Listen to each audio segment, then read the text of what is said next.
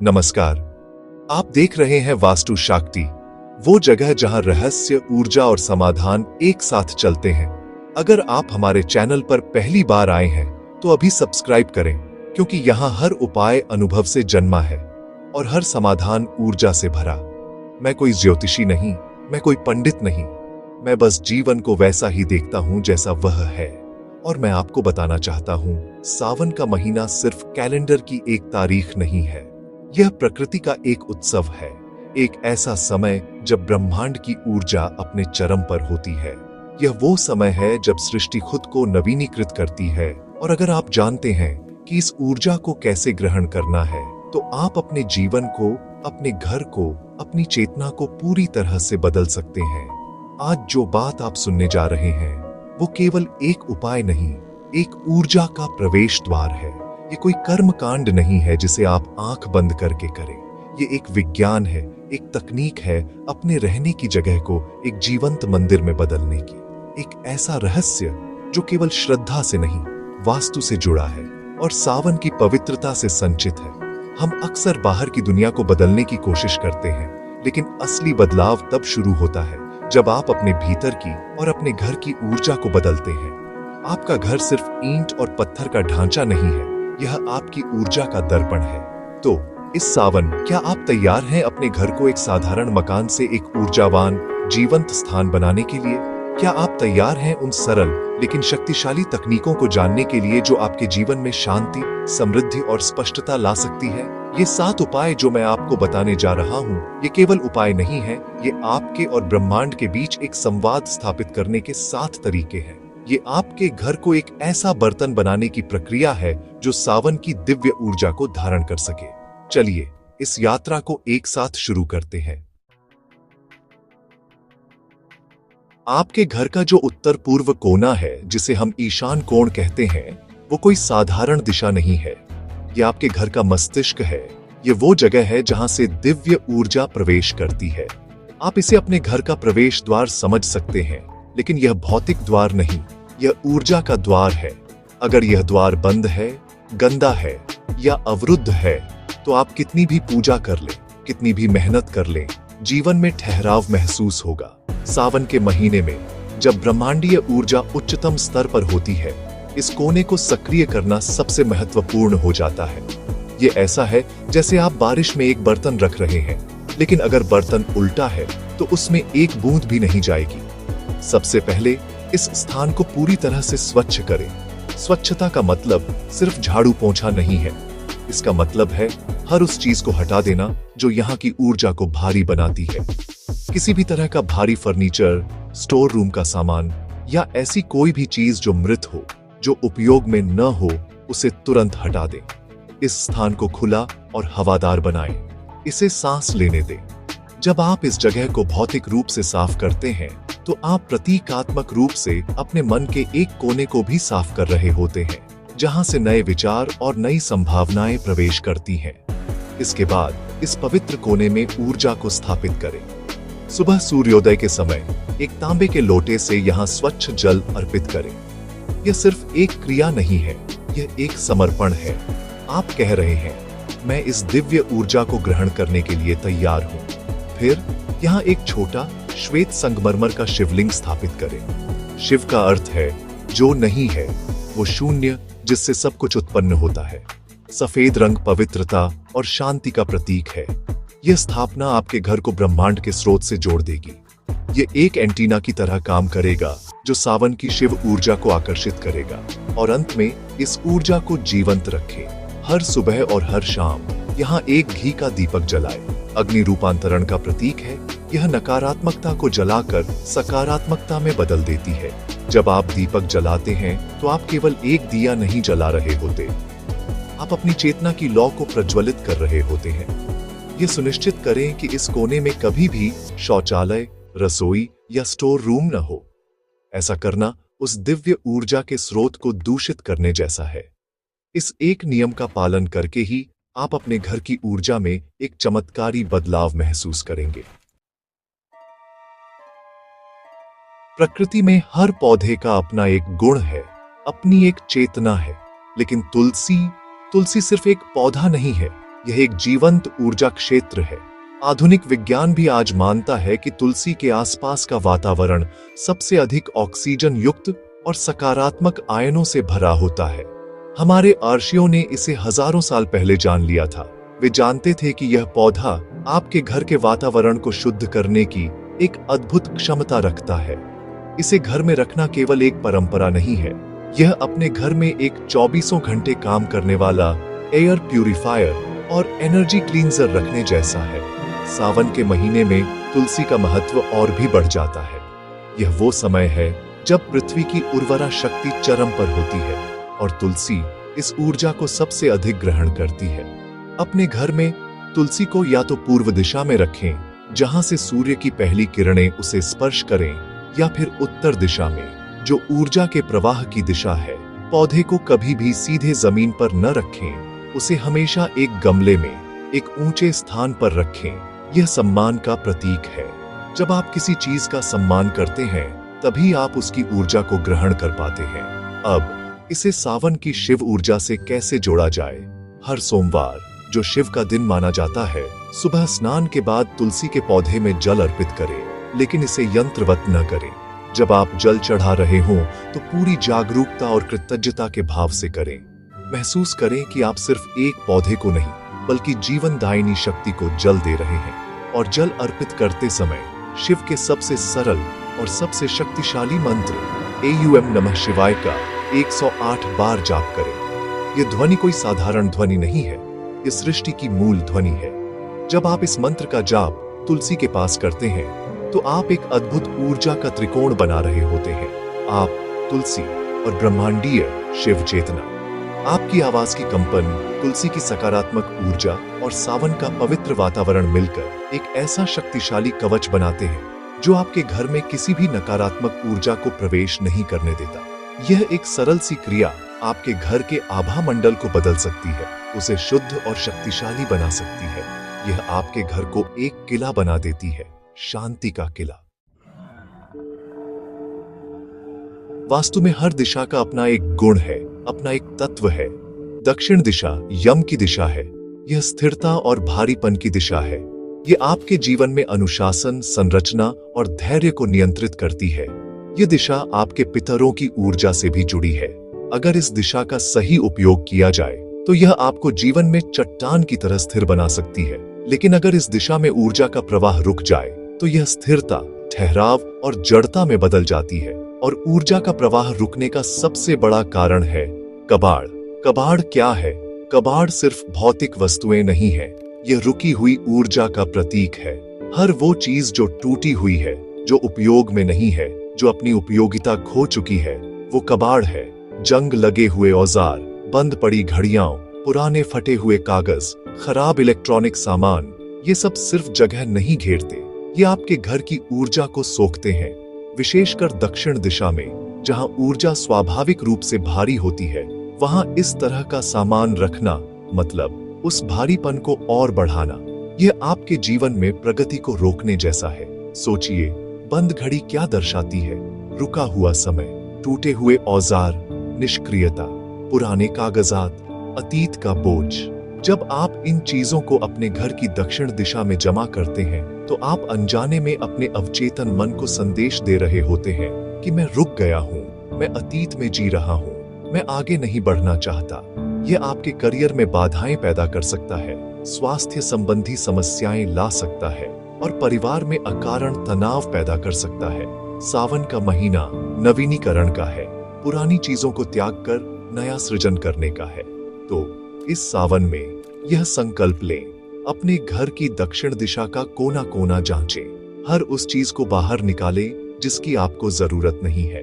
उसे या तो किसी जरूरतमंद को दे दें, या उसे बेच दें, या नष्ट कर दें। इस प्रक्रिया को बोझ न समझें, इसे एक मुक्ति का उत्सव समझें। जैसे जैसे आप भौतिक कबाड़ हटाएंगे, आप महसूस करेंगे कि आपके मन से भी एक बोझ उतर रहा है।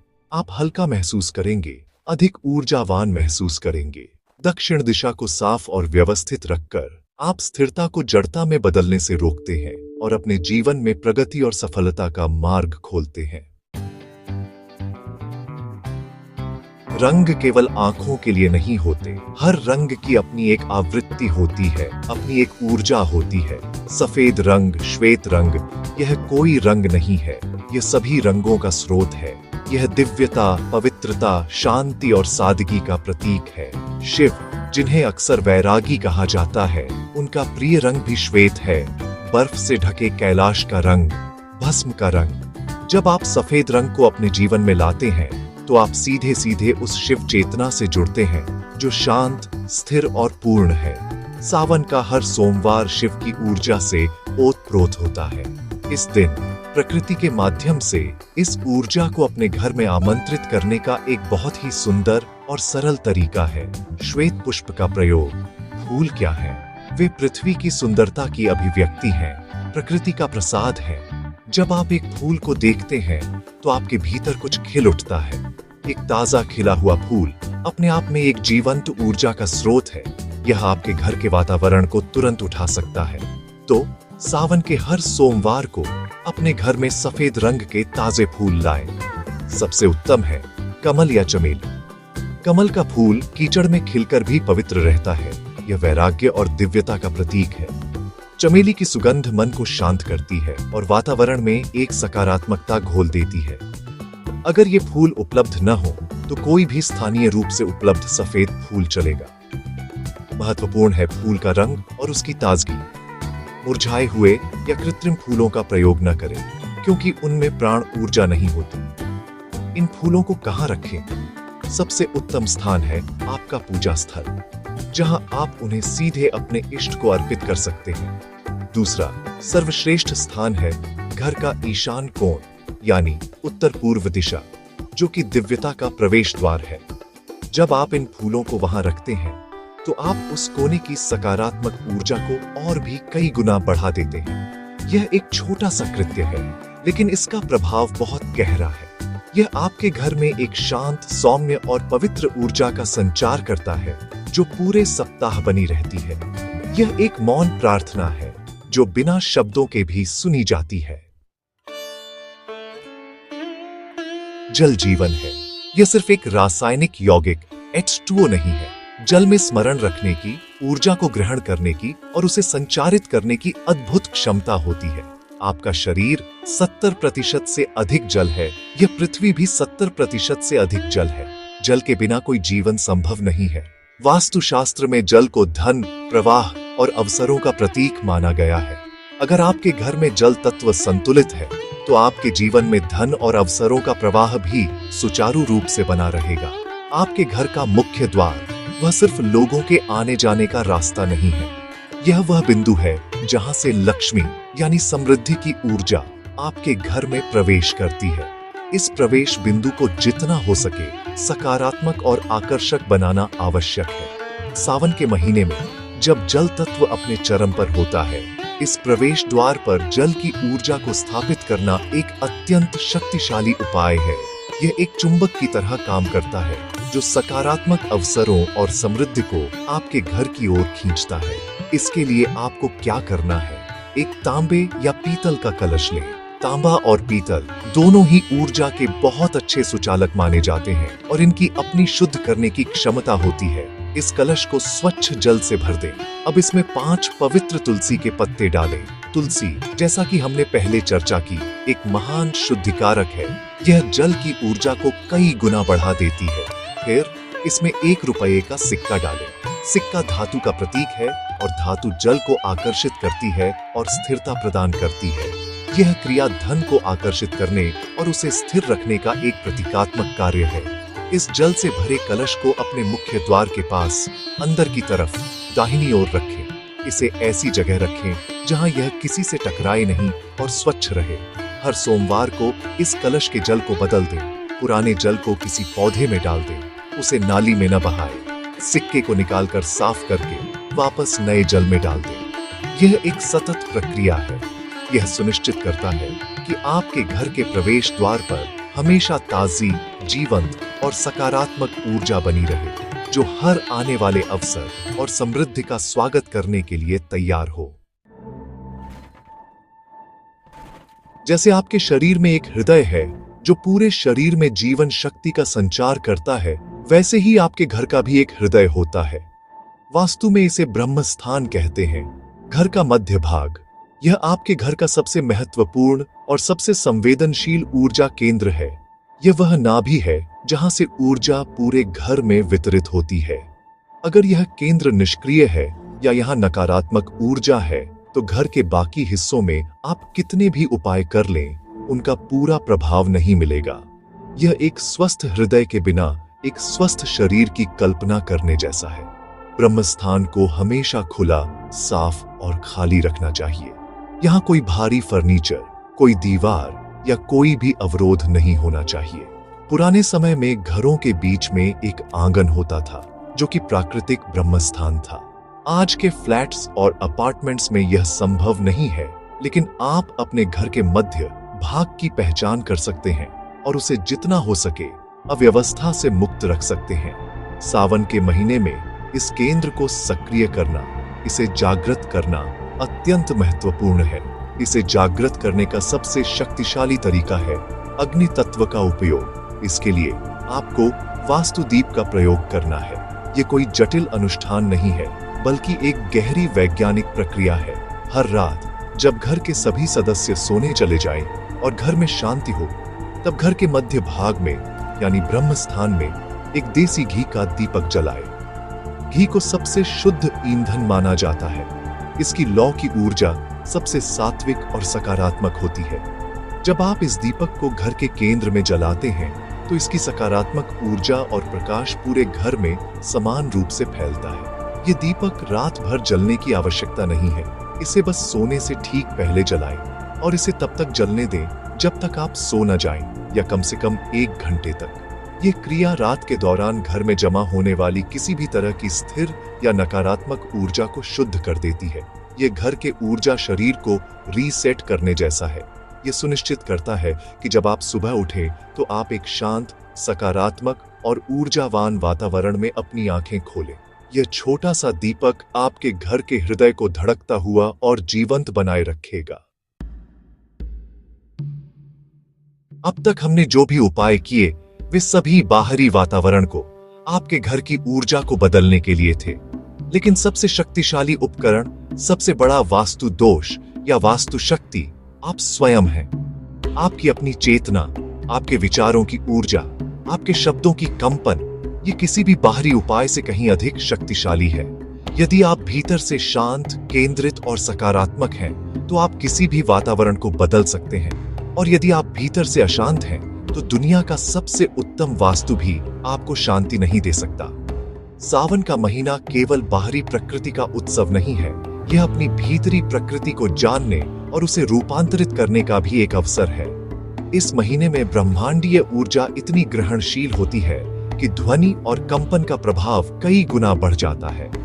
मंत्र केवल शब्द नहीं है, वे शक्तिशाली ध्वनि संरचनाएं हैं जो आपकी ऊर्जा प्रणाली को पुनर्व्यवस्थित कर सकती हैं। वे आपके भीतर के सॉफ्टवेयर को डीबग करने जैसे हैं। और शिव से जुड़ा एक ऐसा मंत्र है जिसे महामृत्युंजय मंत्र कहा जाता है, जो मृत्यु पर भी विजय पाने की क्षमता रखता है। यह मंत्र है एयूएम त्र्यंबकम यजामहे सुगंधिम पुष्टिवर्धनम उर्वारुकमिव बंधनान मृत्युर्मुक्षीयमामृतात्। इसका अर्थ है, हम उन त्रिनेत्रधारी शिव की आराधना करते हैं जो इस जगत का पोषण करते हैं। जैसे पका हुआ खीरा बिना किसी यत्न के बेल से मुक्त हो जाता है, वैसे ही हम भी मृत्यु के भय से मुक्त होकर अमृता को प्राप्त करें। यह मंत्र भय को मिटाने का, जीवन में हर प्रकार के बंधन से मुक्ति पाने का और अपनी चेतना को उच्चतम स्तर पर ले जाने का एक शक्तिशाली उपकरण है। सावन के हर सोमवार को, या यदि संभव हो तो प्रतिदिन सूर्योदय से पहले ब्रह्म मुहूर्त में उठें।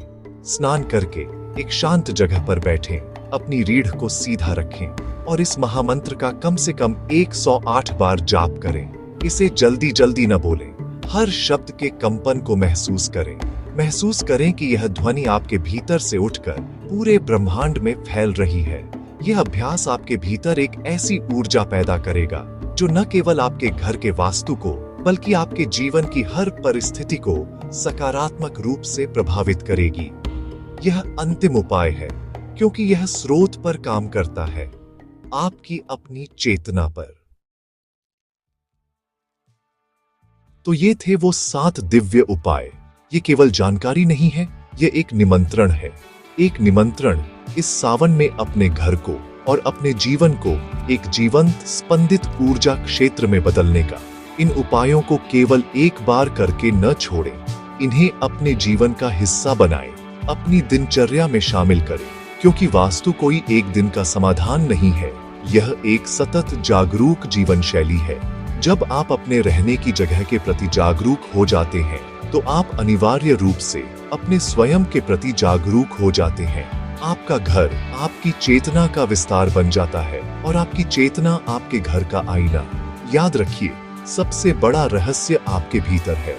ये सभी उपाय केवल उस भीतरी शक्ति को जगाने के उपकरण हैं। जब आप श्रद्धा, जागरूकता और एक सच्चे इरादे के साथ इन कार्यों को करते हैं, तो आप केवल अपने घर की ऊर्जा को नहीं बदलते, आप स्वयं को बदलते हैं। और जब आप बदलते हैं, तो आपके लिए पूरी दुनिया बदल जाती है। इस सावन प्रकृति आपको एक अवसर दे रही है, ब्रह्मांड आपको पुकार रहा है।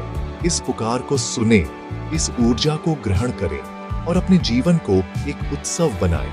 अगर आपको ये उपाय सार्थक लगे, तो नीचे कमेंट जरूर करें। हर हर महादेव। यह केवल एक नारा नहीं, यह उस ब्रह्मांडीय ऊर्जा के प्रति आपकी स्वीकृति है। और अगर आप चाहते हैं कि हम हर महीने आपको ऐसे दिव्य रहस्य और उपाय बताते रहें, तो वास्तु शक्ति को सब्सक्राइब करें, क्योंकि ये सिर्फ चैनल नहीं, आपके जीवन की ऊर्जा यात्रा का साथी है। प्रणाम।